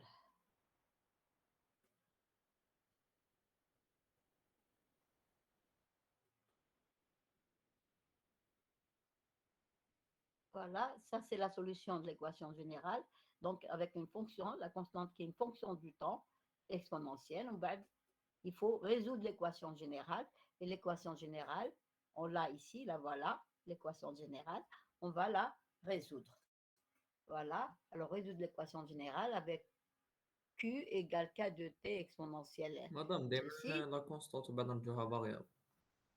Eh, AD, c'est quand vous avez une équation différentielle avec second membre. Vous la mettez toujours variable. Là, je préfère, là, vous êtes sûr de trouver la solution. Il y a l'équation d'où on prend une solution particulière. Mais des fois, quand vous ajoutez une solution particulière, mais des fois, ça ne marche pas. Si la solution particulière n'est pas importante, ça ne marche pas. Là, vous avez quelque chose qui est infaillible. Hein. Vous avez la recette, la méthode qui est infaillible. Voilà. Parce que des fois, vous avez l'impression de trouver une solution particulière alors que ce n'est pas vrai. Moi, j'aime pas la méthode avec la solution particulière. Voilà, donc on résout l'équation générale avec Q de t égale ça. La solution générale, alors, la solution générale, on calcule dq sur dt. Donc K c'est une constante, donc K' exponentielle plus K de t facteur de la dérivée de l'exponentielle. Voilà. Ensuite, donc l'équation différentielle, c'est ceci. Avec ce second membre, on remplace sur dt par sa valeur ici, et q par sa valeur, et on obtient donc ceci. Donc, dq sur dt, c'est k prime tout ça. Donc, voilà, dq sur dt jusque-là, plus k de t, ça c'est q, sur R1 plus R2, C2, et là, q, avec q ici, sur R1 plus R2, C2, égale E sur R1 plus R2. Bon, c'est sûr que c'est long, hein? Surtout si on ne met pas les valeurs, on garde les composantes qui sont les remplaçants. C'est sûr que c'est un peu long. Hein? Ça m'a demandé beaucoup de temps pour taper tout ça, pour écrire ça, mais je pense qu'il faut le faire. Hein? Il faut aller doucement, il faut faire les calculs. Hein? Voilà. Alors ici, vous voyez que ce terme-là et ce terme-là, c'est le même avec ici un signe moins. Ça veut dire que ces deux termes-là vont se simplifier et on va avoir K' égale E sur R1 plus R2. Voilà. Donc, on va tirer K, K' ça. Voilà. Avec là, j'avais exponentielle moins. Je la fais passer ce côté-là, déjà exponentielle plus. Voilà, un des K'. Et je vais intégrer. Et pour avoir K, je vais intégrer K'. Donc, K de T, ce sera donc EC2 exponentielle plus une constante A. Voilà, donc ça veut dire Q, ça va être égal K de T exponentielle moins T sur R1 plus R2, C2. Voilà, ça c'est Q. Maintenant, il faut déterminer la constante d'intégration A. Et ça dépend. Il suffit de connaître la valeur de Q à un instant donné.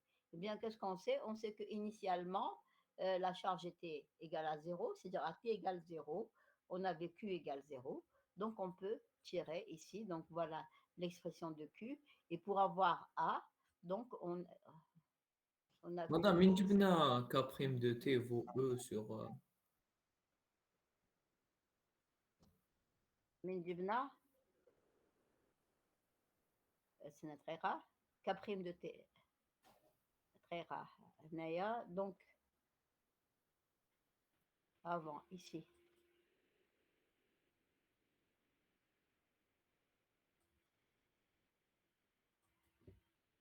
alors la méthode je reprends la méthode c'est avant voilà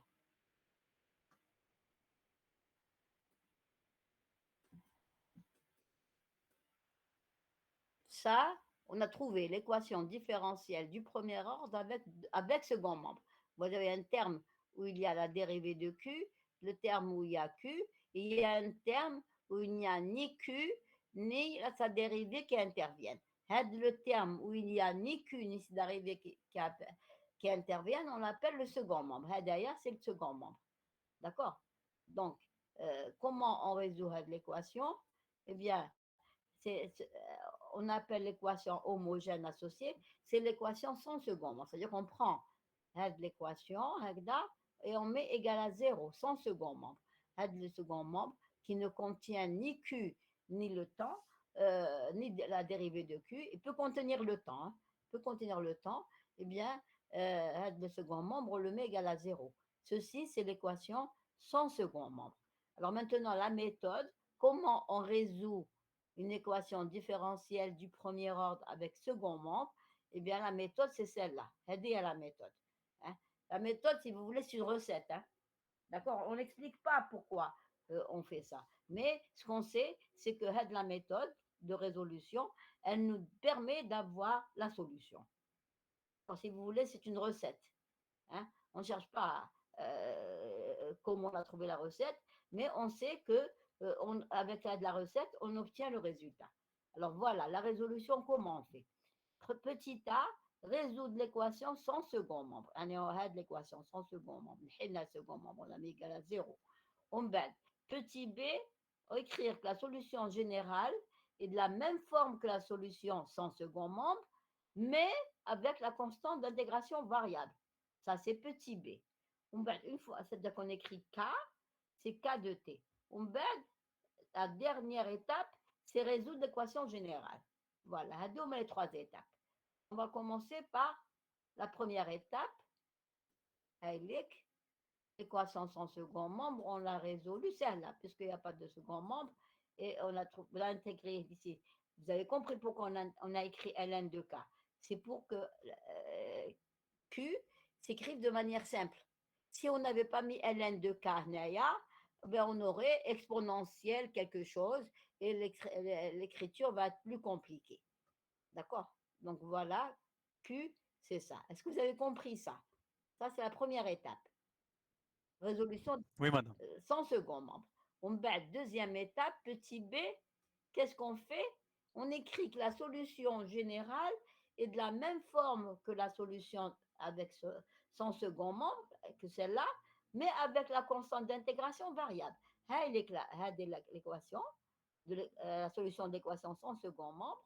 Maintenant, on va écrire que la solution générale, c'est la même forme, mais avec K qui est constante.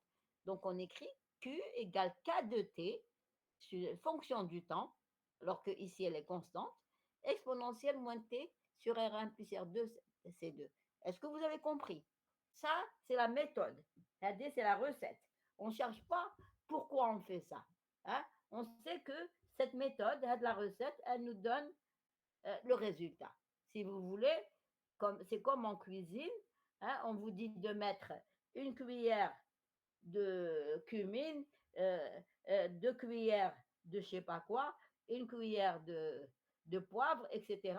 Et le résultat, c'est que vous avez bien préparé votre plat. Ici, la même chose, on cherche la solution de l'équation, on nous donne la recette, hein, et on l'applique et on a le résultat. Voilà. Donc, on a écrit l'étape petit b, on écrit la solution, c'est ça. Ensuite, petit c, résoudre l'équation générale. L'équation générale est avec second membre. L'équation générale, on va la résoudre. Voilà. Donc, résoudre l'équation générale en prenant Q égale K de T, c'est une fonction du temps exponentielle. Donc, on cherche la dérivée de Q de T et ensuite on remplace. Donc, on a l'équation générale, c'est celle-là. dq sur dt plus q sur r1 plus r2 c2 égale e sur r1 plus r2. dq sur dt, on l'a déterminé. Q r1 d en fonction de k et on remplace. Voilà, on remplace dq sur dt par tout ça, dq sur dt هذا, on l'a remplacé ici, plus k, on bat q, c'est ça, sur R1 plus R2 égale E sur R1 plus R2. Voilà, on va dès qu'on s'aperçoit que les deux termes, ils se simplifient, et vous voyez que les termes s'annulent, on a à voir K', on va voilà K', comment il écrit, et pour avoir K, notre but, c'est de trouver K. Si vous trouvez K de T, là, vous avez la Q, vous avez la charge, l'évolution de la charge en fonction du temps. Donc K', c'est ça. Maintenant, pour avoir K, on intègre. Donc, il devait savoir comment passer d'une exponentielle et l'intégrer. Donc, on trouve ça. Voilà, plus A. Voilà, A est une constante d'intégration. Eh bien, comment on trouve la constante d'intégration A? En écrivant que AT égale 0, Q égale 0. Et donc, on trouve la valeur de A. Et finalement, voilà la solution. Comment elle s'écrit? EC2, facteur de 1, moins exponentielle, moins T sur R1 plus R2, C2. Le résultat, c'est ça. Voilà. Donc, on connaît E, on connaît C2, R1, R2, C2. Voilà Q de T. Donc, vous voyez, c'est de la forme Q final, facteur de 1 moins exponentielle, moins T sur taux, avec taux égale R1 plus R2, C2. Voilà. Est-ce qu'il y a des problèmes? Donc, il faut vous entraîner. Voilà. Alors, on nous a demandé de déduire la charge, on a trouvé Q de 2T et celle des courants I1 et I2 traversant les résistances R1 et R2. Bien, qu'est-ce qu'on sait? Puisqu'on a une seule maille, et bien, I1 et I2, c'est les mêmes. Hein? C'est I1 égale I2. Vous voyez ici, I1 qui traverse R1 et I2 qui traverse R2. Eh bien, I1 égale I2 égale I. Donc, I1 de T, c'est I2 de T, c'est quoi?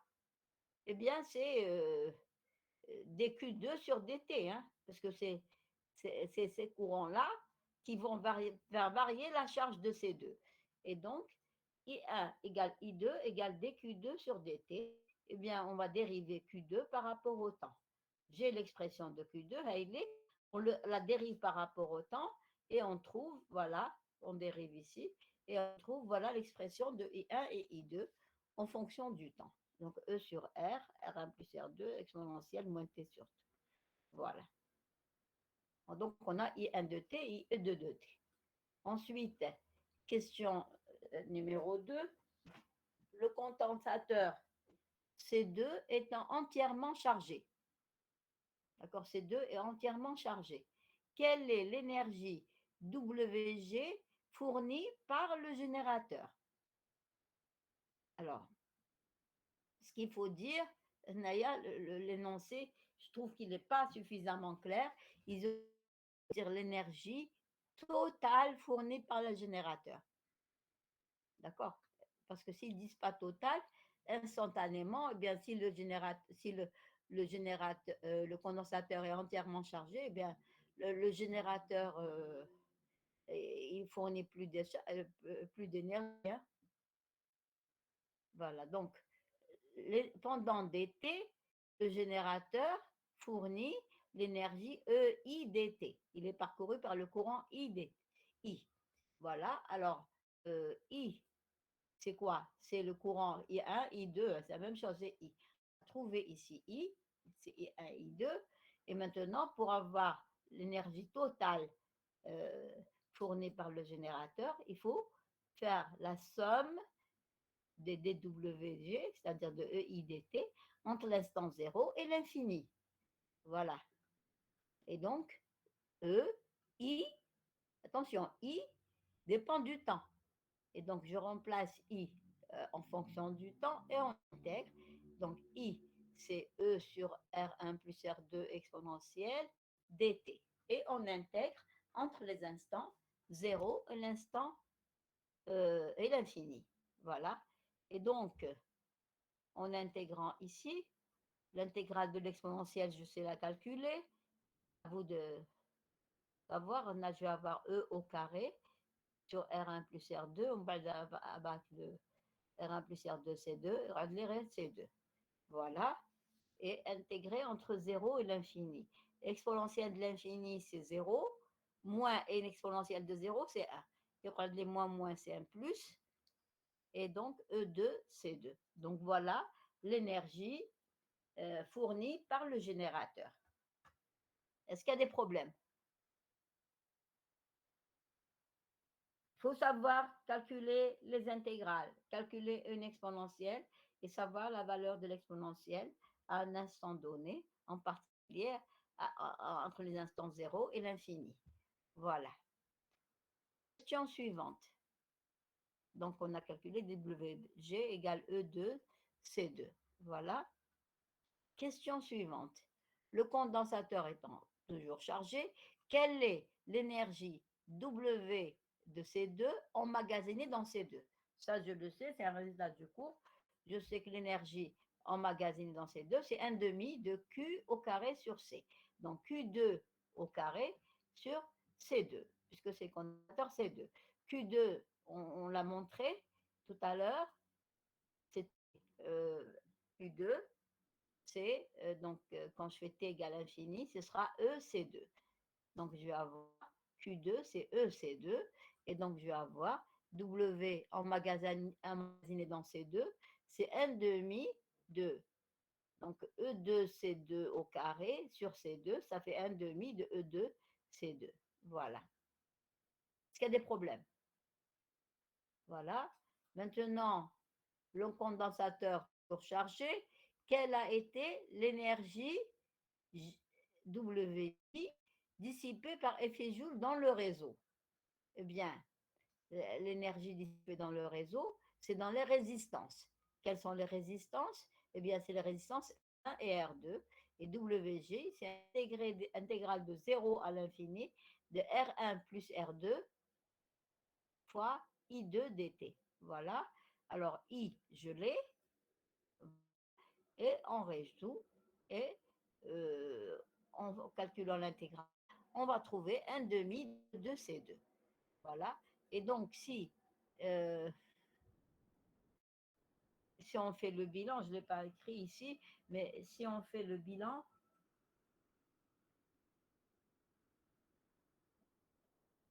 pardon. Voilà. Si on fait le bilan, on trouve que l'énergie fournie par le générateur, c'était E2C2, égale l'énergie emmagasinée dans C2, c'est 1 demi de E2C2, et l'énergie perdue par effet Joule, c'est 1 demi de E2C2. C'est-à-dire la moitié de l'énergie fournie par le générateur est perdue par effet Joule, et l'autre moitié emmagasinée dans le condensateur C2. Voilà. Donc, je vais l'écrire tout à l'heure ici. Voilà. Ça, c'est la question, le bilan énergétique. Maintenant, question suivante. Le condensateur étant entièrement chargé, quelles sont les charges Q1 et Q2 respectives de C1 et C2? On avait vu dans le circuit que C1 n'était pas relié. Donc, sa charge est à 0 et Q2, on a montré que c'est EC2. Voilà. Ensuite, quelles sont les charges Q1 et Q2 respectifs de C1 et C2? Donc, on a trouvé Q1 égale 0 et Q2, c'est EC2. Maintenant, la question suivante. Le condensateur étant toujours chargé, on met l'interrupteur K en position 2. Le condensateur étant chargé, on va faire passer l'interrupteur en position 2. Déterminer à l'état d'équilibre final les charges Q'1 et Q'2 de C1 et C2. Donc, quand on va faire passer l'interrupteur en position 2, qu'est-ce qui va se passer? Que va devenir le circuit? eh bien le circuit, il va devenir ceci. Là, ce sera fermé. L'autre partie, elle va être isolée. La partie, elle va être isolée. J'aurai uniquement C1 et C2. Voilà. Et la résistance R2 qui se trouve ici. Voilà. Alors, petit a, on me demande déterminer les charges Q'1 et Q'2 de C1 et C2 respectivement. Alors, donc déterminer à l'état d'équilibre final, on attend l'équilibre final, que va-t-il se passer? Initialement, il y avait des charges. Ici, C2 était chargé et C1 n'était pas chargé. Quand on va passer l'interrupteur en position 2, que va-t-il se passer? Eh bien, les charges positives qui se trouvaient là, on a une partie qui vont venir là, les charges négatives, il y a ici. Ça veut dire que C2 va se décharger et C1 va se charger jusqu'au moment où on arrivera à l'équilibre final. Alors, quand est-ce qu'on aura équilibre final? Eh bien, on aura équilibre final lorsque la différence de potentiel aux bornes de C1 va être égale à la différence de potentiel aux bornes de C2. Est-ce que vous me suivez? Oui, madame. Hein, d'accord, donc il faut que la différence de potentiel aux bornes de C1 égale la différence de potentiel aux bornes de C2. Comme ça, ici, il n'y aura pas de différence de potentiel aux bornes de R2 et donc il n'y aura pas de courant. Hein. Il n'y aura pas de courant qui va circuler dans la résistance R2 lorsque VC1, la différence de potentiel aux bornes de C1, égale VC2, la différence aux bornes de potentiel aux bornes de C2. VC1, c'est Q'1 sur C1 égale VC2, c'est Q'2 sur C2. C'est-à-dire qu'on va avoir Q'1 sur C1 égale Q'2 sur C2. Donc voilà l'état d'équilibre final. La différence de potentiel aux bornes de C1, c'est-à-dire Q'1 sur C1 égale la différence de potentiel aux bornes de C2, c'est-à-dire Q'2 sur C2. Voilà. Est-ce que vous avez compris ça? Qu'à l'équilibre final, les différences de potentiel sont les mêmes. V'1 aux bornes de C1 égale V'2 aux bornes de C2. Donc voilà. Alors maintenant, comment on va déduire Q'1 et Q'2? Là, Q'1, on ne connaît pas, Q'2, on ne connaît pas. Mais on sait que comme c'est un circuit isolé, la somme des charges est constante. C'est-à-dire qu'on va avoir Q'1 plus Q'2, c'est égal à Q2. Conservation de la charge. Donc, Q'1 plus Q'2 égale C2. On va l'écrire, je vais l'écrire si je ne l'ai pas écrit. Bon, ça ne fait rien, j'ai pas de place, mais je vais l'écrire. Donc ici,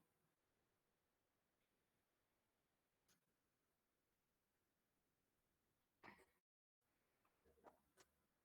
problème c'est que si on écrit trop de choses sur une diapo, ensuite on n'arrive plus à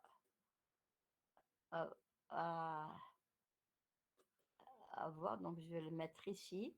Donc on va écrire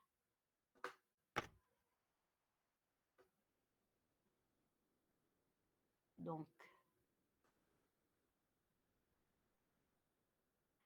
on va écrire que Q1, donc c'est Q1 plus Q2, on va écrire Q1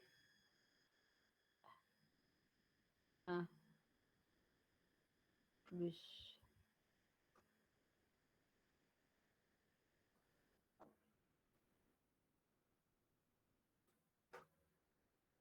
Q2 égale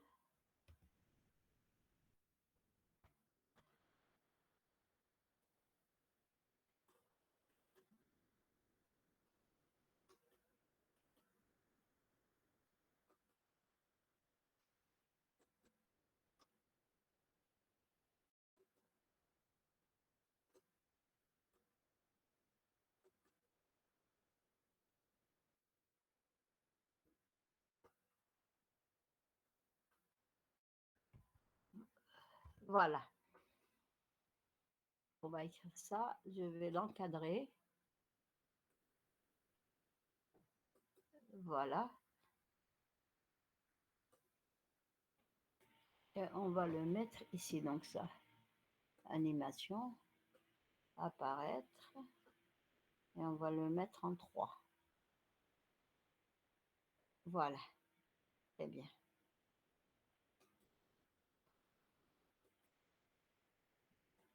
Donc, on va écrire que Q'1 sur C1 égale Q'2 sur C2, en sachant qu'il y a conservation de la charge totale, parce que c'est un circuit isolé. Donc, on va avoir, initialement, on avait Q1 plus Q2, avec Q1 égale 0, égale Q'1 plus Q'2. Voilà les charges finales, Q'1 et Q'2. Or, donc ici, on a Q'1 sur C1 égale Q'2 sur C2. Quand je vais ajouter les numérateurs et dénominateurs, je vais avoir Q'1 plus Q'2 égale C1 plus C2. Et Q'1 plus Q'2, c'est Q2. Voilà. Et donc, à partir de cette relation-là, on peut tirer Q'1 et Q'2. Donc, Q'1, ça va être C1 facteur de ça. C'est Q2 sur C1 plus C2. Q2, c'est EC2. Donc, voilà Q'1. Et même chose, Q'2, ce sera C2 facteur de Q2, c'est-à-dire C2E, C2E sur C1 plus C2. Et on trouve aussi Q'2, c'est C2 au carré sur 1 plus C1 fois E. Donc, voilà les nouvelles charges Q'1 et Q'2 quand on a fait passer l'interrupteur en position 2. Voilà. On vous demande les énergies, question petit a, les énergies W'(C1) et W'(C2) emmagasinées respectivement dans C1 et C2. Eh bien, on sait que l'énergie emmagasinée dans un condensateur, c'est 1/2 de Q2 sur C. Donc, pour C1, on a Q'1, donc on aura W'(C1), c'est 1/2 de Q'1 au carré sur C1, on a la valeur de Q'1. W'(C2), c'est 1/2 de Q'2 au carré sur C2. Voilà. Donc, on remplace Q'1 et Q'2 par leur expression qu'on avait calculée. Voilà. OK. Est-ce qu'il y a des problèmes? Maintenant, hein, donc ça, c'est uniquement, il faut savoir que l'énergie emmagasinée dans un condensateur, c'est 1/2 de Q2 sur C. Voilà. Ensuite, dernière question, en déduire l'énergie W' dissipée dans le réseau. Bien, dans le réseau, alors là, on avait Q'1, Q'2, voilà. Eh bien, quand on avait le réseau ici, on a uniquement donc l'énergie quand on a le courant qui circule dans la résistance R2. Voilà. Et donc, il faut trouver l'énergie emmagasinée W', dissipée par la résistance R2. On a trouvé Q'1 et Q'2. Hein, donc, on peut trouver I2. D'accord? Et cette énergie dissipée, on peut la trouver carrément. Pardon.